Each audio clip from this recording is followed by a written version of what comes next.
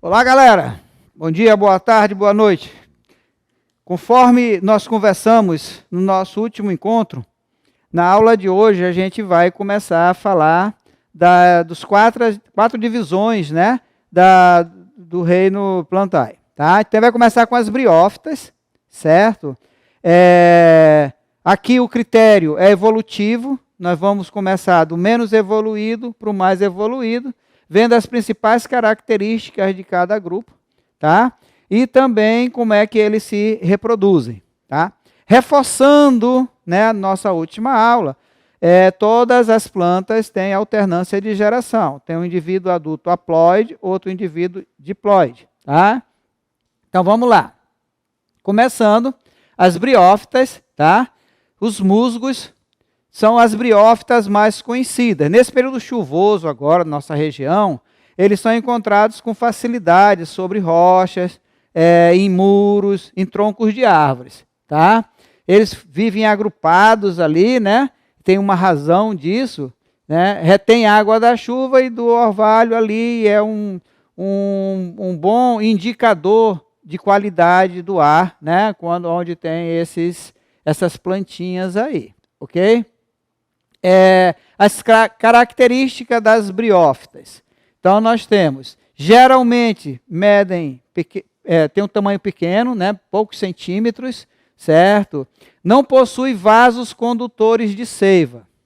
Então, como é que a gente chama uma planta que não possui vasos condutores de seiva? Nem xilema, nem floema. A gente chama ela de avasculares, tá? Suas características, as suas estruturas corporais, eles não possuem raiz verdadeira, tá? São chamadas de rizoides. Não possuem caule verdadeiro, são chamados de cauloide. E não possuem folha verdadeira, são chamadas de filoide. São estruturas que fazem o papel, desempenham a função de raiz, de caule e de folha, sem ser folha, tá? Então, nós temos os filoides, tá? Essas estruturas aqui, pequenininhas, né, da fotossíntese. O cauloide, essa estrutura principal aqui, onde estão inseridos os filoides. E os rizoides, que fazem a função de raiz. Tá? São bem pequenas, ficam superficial, certo? E contribuem para a retenção da água e de matéria orgânica. Certo?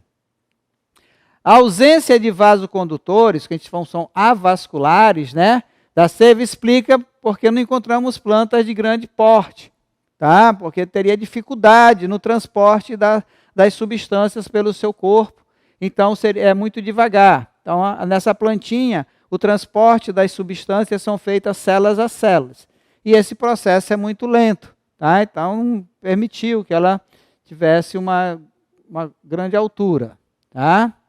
Aqui nós temos os musgos, certo? Essa parte que parece aqui com essa cápsula aqui em cima, bem fininha, tá? É o esporófito. E essa parte verde aqui é o gametófito, tá? E, como eu disse, né, tem dois tipos de indivíduos aqui, né? O gametófito sempre haploide e o esporófito sempre diploide, ok? Muito bem. O corpo dos musgos, eles não, geralmente, né, eles possuem não possuem uma cobertura impermeável que protege contra a perda de água, tá?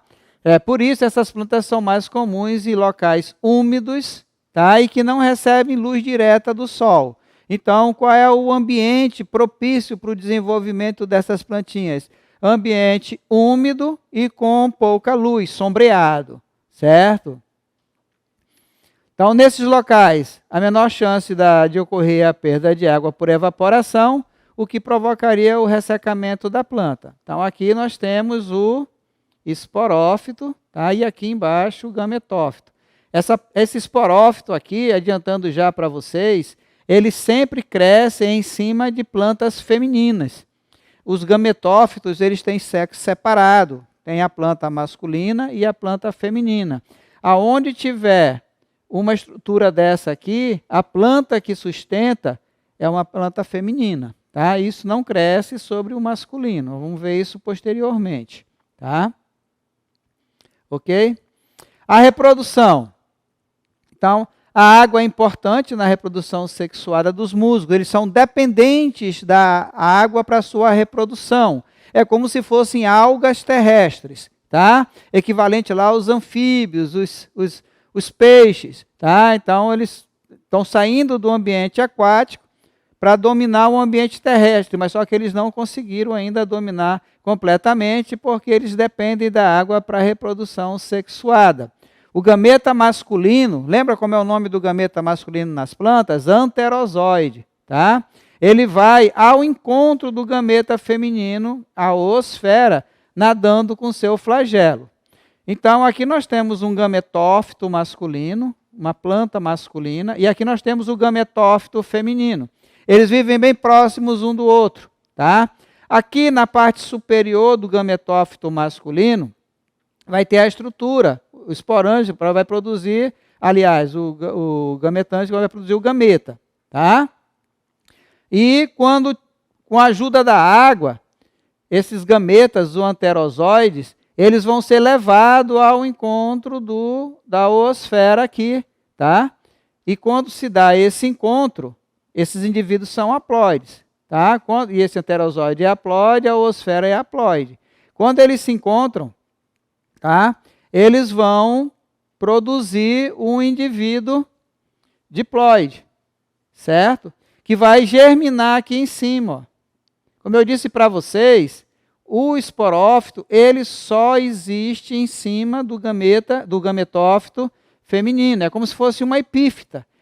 E aqui é um indivíduo haploide e aqui é um indivíduo diploide, certo? Então, tem dois tipos de indivíduos adultos, né? Lembra lá que a gente estudou sobre isso, tá?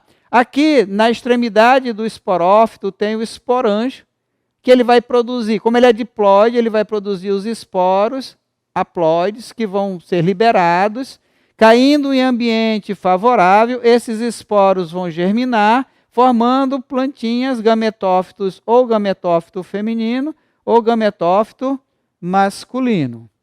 Ok? Então, os esporos caindo em solo apropriado vão originar novos gametófitos. Ok? Após a fecundação, forma-se uma nova planta, tá? E o pé de musgo feminino é chamado de esporófito. Aqui é o esporófito, aqui é o gametófito. Tá? Essa planta produz esporos, são levados pelo vento, os esporos pelo vento, o gameta pela água. Tá? Quando chega no solo, germina, origina novos indivíduos. Portanto, os musgos, eles alternam duas formas de reprodução. Como é que surge o esporófito? Através do encontro do gametas. Então, é a reprodução sexuada. Como é que surge o gametófito? Através do esporo. Só um esporo. Então, é a reprodução assexuada. Certo?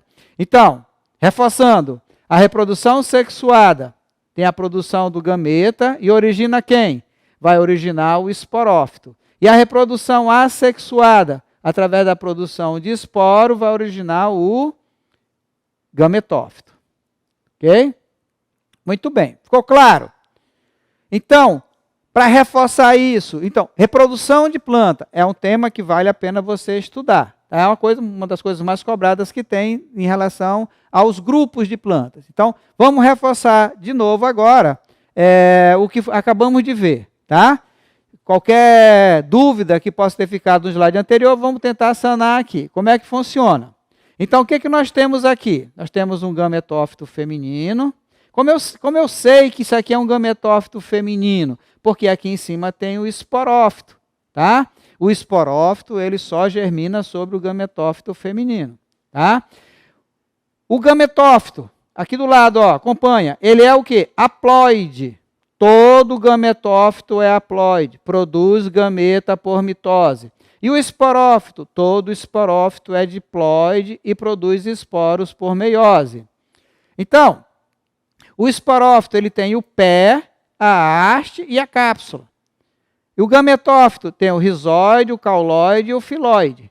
Tá? Nessa cápsula, ela é diploide, o esporângio é diploide, porque é do indivíduo diploide. Tá? O que vai acontecer? Aqui dentro, no esporângio, vai ocorrer meiose no interior da cápsula e vai formar o quê? Esporos. Em determinado momento, essa cápsula ela se abre, tá? E vai eliminar esporos haploides. O esporo é haploide, mas o esporófito é diploide. Qual foi o tipo de divisão celular que aconteceu aqui? Meiose. Tranquilo? O que vai acontecer com esses esporos ao chegarem em ambiente apropriado? Vão germinar. Aqui não há gameta, a reprodução o quê? Assexuada. Certo? Então, esses esporos podem gerar gametófito masculino, vai produzir o anterozoide aqui, e aqui o gametófito feminino vai produzir a oosfera aqui. Tá? Sexo separado. Como eles estão se originando de esporos haploides, eles são organismos haploides. Tá? Então aqui, no anterídeo, é haploide, porque faz parte desse indivíduo. Tem o gametângio masculino. Aqui dentro vai ser produzido o anterozoide. Tá? Esse anterozoide, com a ajuda da água, ele, batendo seu flagelozinho, ele vai lá ao encontro da oosfera. Tá? Então, aqui tem a estrutura feminina. Tá? Essa estrutura feminina aqui é o arquegônio. Como é de um indivíduo haploide, o arquegônio é haploide. É o gametângio feminino. Aqui vai ser produzida a oosfera. Aqui dentro, a oosfera, que é o gameta feminino. O gameta masculino, com a ajuda da água, vai penetrar aqui e vai encontrar. Isso aqui é haploide, esse gameta anterozoide é haploide, a oosfera é haploide. Aqui no gametófito feminino. Quando encontra duas células haploides, forma o zigoto. Vai ter a fecundação, vai formar o zigoto, o embrião diploide, vai sofrer mitoses e vai formar o esporófito em cima da planta do gametófito feminino. Ok? Muito bem. As hepáticas são representantes das briófitas, certo? São essas plantinhas que recebem esse nome porque acharam elas parecidas com o fígado. Tá? São briófitas de forma achatada, encontrado também em ambiente úmido. Tá? Os filóides têm cerca de 2 centímetros a 10 centímetros de comprimento. Tá certo? Não são tão comuns assim como a gente vê, como os musgos. Tá? Recebe esse nome porque lembra a forma de um fígado humano, segundo os botânicos. Ok? Então, era essa a nossa aula sobre briófitas, certo? É um capítulo à parte, é importante você saber que esse é o primeiro grupo. Quais são as principais características deles? São indivíduos que são dependentes da água para a reprodução, não têm vasos condutores e são chamados de criptógamos. No próximo encontro, a gente vai falar sobre as pteridófitas, ok? Fique ligado. Assistam a aula, acompanhem na apostila, façam os exercícios e qualquer coisa nos procurem no fórum, nos procurem nos grupos para tirar as dúvidas que vocês possam ter. Muito obrigado e até o próximo encontro.